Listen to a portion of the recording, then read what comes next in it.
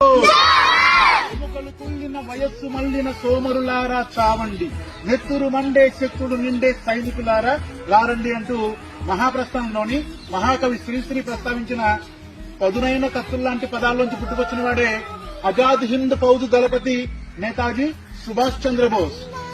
మన దేశంలో మనకు స్వాతంత్రం రాకముందు బ్రిటిష్ ప్రధాని అయిన అట్లీ ఒకానొక సందర్భంలో ఏమన్నాడంటే, ఒక్క నేతాజీ సుభాష్ చంద్రబోస్ ని మీరు మాకు అప్పగిస్తే మేము మీ దేశాన్ని వదిలేసి వెళ్ళిపోతాం అని చెప్పారు. తర్వాత 1947లో మనకు స్వాతంత్రం వచ్చాక ఈ అట్లీ సేన మొత్తం బ్రిటిష్ కు వెళ్లిపోయారు. వెళ్ళిపోయిన తర్వాత 1955లో ఈ అట్లీ మన ఇండియాలోని కలకత్తాకు వచ్చాడు. కలకత్తాకి వచ్చినప్పుడు కలకత్తా చీఫ్ జస్టిస్ గా ఎవరున్నారంటే ఫణిభూషణ్ చక్రవర్తి గారు.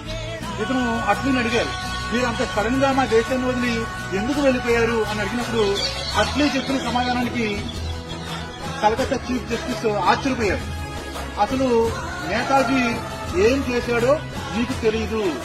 అతను మీ దేశంలో ఆజాద్ హింద్ ఫౌజ్ ను స్థాపించి యువత మొత్తం చైతన్యపరిచి వారిలో స్ఫూర్తిని నరనరణ దేశభక్తిని నింపాడు. అలాగే జర్మనీ వెళ్లి హిట్లర్ ని కలిశాడు. అక్కడ చాలా దేశాలను కలిసి వాళ్ళందరినీ కలిపి తీసుకుని వస్తున్నాడు. అందుకే ఇంకా నేతాజీతో మనం యుద్ధం చేయలేము అని చెప్పి, నేతాజీతో యుద్ధం కంటే రాజీ పడ్డమే మంచిదని చెప్పేసి మేము రాజీ పడి ఇక్కడి నుంచి ఈ దేశం వదిలి వెళ్లిపోయాము అని చెప్తూ చివరిలో ఒక పెద్ద బాంబును కూడా పేల్చాడు.